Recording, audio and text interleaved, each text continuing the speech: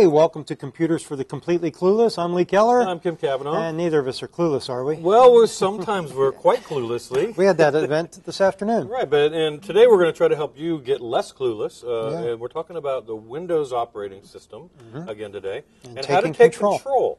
Now, we started this little series on Control Panel last week. And in Windows, the way that you basically manage your computer is through a thing called the Control Panel. Very easy to get to. There's some things in there that probably most folks just don't want to mess around with, and that's okay. And there's some fun things that they definitely do want to mess around with. There's some things that you may not know about, and we're going to be talking about those today. Last week we did all the letter A. Well, we didn't quite finish. Didn't quite finish. We're going to do appearance again today, but we did some things on accessibility and some other good things like that. And on today's show, we're going to kind of keep going down the alphabet because there's so much to look at. Today's show is brought to you by the letters A, D, and F. That looks like one of my report cards from school, Lee. Oh, no, that's not. No, it's got an A in it. So we're going to be looking at some of the common tasks, like appearance, which we were talking about before. We'll review some of the background stuff, and I'm going to show them a really neat trick that they're going to love to do. Oh, yeah, I know. And your kids will love it, too. Yeah. Screensavers, we'll talk about that a little bit, and some of the external screensavers you can do. And we'll talk about resolution. Not a popular topic around here. You say you want a resolution. And we're going to be able to set our date and time and show you how to select your time zone. Right. And last but not least, we'll hit display. And if we have time left... You really want to do folder options, huh? Oh, we're going to do file types. If we get to it, yeah, some file types, so, some basic things. Right, so we're just going through the control panel, and the control panel is very easy to get to. We are using Windows, which version? Windows XP. On this computer. If you have Windows Vista, things will look a little bit different, but the same fundamental principles apply. You're going to find the control panel. You're going to do that by clicking on the Start menu, and once you do that, you'll see the control panel pop up. Click on that and go right on in there. Yeah, just a little reminder, last week, if you look at the screen here, this is what we left our screen looking like. Nice. It's like a blanket. Well, we did this tiling method of a graphic. Right. But what I wanted to show you is that, well, let's go into Properties where you see that. And that was under Desktop. And we chose that and we told it to tile that graphic all over the place. Right. So that's all fine and good. But what if we wanted to do a different graphic? Okay, so we're back at we're talking about appearance now. How do you change the visual look of your computer? We're actually dealing with the background or your wallpaper. Okay. And, this is a school district computer, so I'm going to take this picture right here. And all I did is I right-clicked on it. You notice I got this long list of things. Right. And this well, it's not the last thing, but halfway down the screen, you see Set as Background. Now, all I'm going to do is click on that, and when I click on it, the magic happens.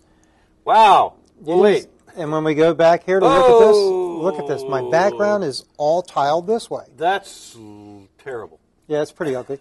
But you can't read anything that way. No. And the other thing is, Lee, I thought we were going to the control panel. How did you end up in this control panel? We actually started at the control panel. We went to Appearance. Right.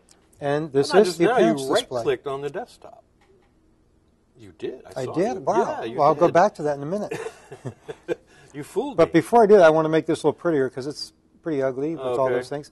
But we went to this website. I just did a Google search on flower pictures. Okay. We ended up at this website, and they had some beautiful flower pictures. And I selected this one. And when I click on it, opens it up in a big screen. That's nice. And once again, I can right-click on the picture. And I'm going to go down. Set it as your background. And when I do that with this one, and we go back and look at the background, let's close a couple of these. Look at that. That's much better than now, those district logos. There is a little bit of a problem. I did a tile there, so it's sort of messing with things. And we can do a center, apply that. And you see how went back to that other we one. just totally lost it. One. Yeah. So I can't really undo that one, but I can easily redo it by coming back here and set as background. When I go back here, there it is again. So but you I've can do centered that from it a any little bit. picture that you're finding in a web browser? Anything in a web browser. Okay, yeah, so that's the drawback. Explorer. Now, if you're not in a web browser, one of the things you can do... maybe, say somebody emails you a picture of your grandkids or your kids, and you want to use that as your desktop background. You would, again, go to Start and then Control Panel. And we're going to go to... I'm going to do it the easy way. I'm going to switch back to this one. Okay, Appearance and Themes. Okay. Now we're looking at the theme again. So when I click that, it launches this. That's how I got to it. That's the same window, all right. Okay, we're looking at our desktop. Right. Now, if somebody sent me something, I would simply browse to that picture. Okay. So, you know, basically we don't have a whole lot running around in here, but we can go to My Documents and we can get one of the stock pictures. You could use any picture you wanted. So if you wanted to change let me just run through the steps here real quickly. You have your email program running, they send you a great picture that you want to use as your desktop background. Save it to your computer. You save it, first of all, and then you click on Start, Control Panel, Appearance and Themes, and then you can select from that desktop category and browse to click the Browse And it button. gives you this nice preview. Mm-hmm. And then you can just click that Browse button, browse to the location, which means basically you have to find where you saved the file. And then once you do that, you can make that the desktop background. Just like that.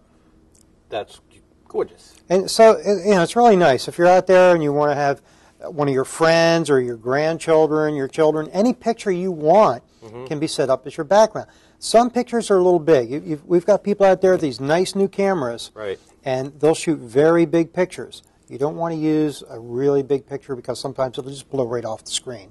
So you won't even see something. Yeah. Okay. You'll see like the center part of it, and it might not be the part you wanted to see. I got it. Okay. So there's some things to be aware of with that. Let's see if we can move along here a little bit. So we're talking again about appearance still. Now we looked at this last time, just a touch last time around. There's a number of things that you can do with the screensaver. One of the things that people like to do is use it as password protection for their computer.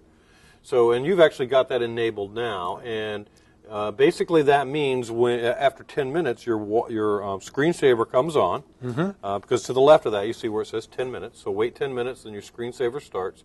And by checking that box, when it starts, you better know your password. You tap the keys, then you better know the password for your computer. So it's very good protection. It's actually one of the reasons I use mine at home, so that nobody gets in and messes with the work I'm doing.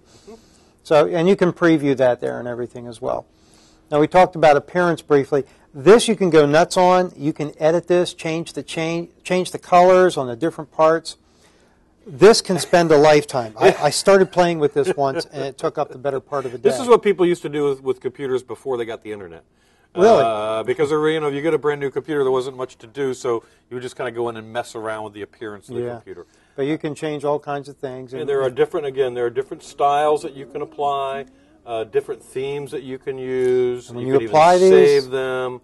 It happens very quickly, and now that's what we're using. And so what changed here then really is some of the different icons. You see, you get a little different colors on the top of your windows and everything else like that. So the little bars change color and so forth. Okay, I'm just going to apply that quickly. And the last thing we want to talk about very briefly is resolution. Now this changes the size of things and the intensity of things really on your monitor, because tighter the resolution, the more you can fit on there, but the smaller the print is. Are we going to run out of time? Because we might want to spend a few minutes looking at this. I think we'll do this when we come back from this segment, because there's a couple things we want to bring up when we talk about resolution. We have a few more letters, too. Yeah, and so stay with us. We'll be right back, and we'll talk more about setting up your Windows computer. Yeah.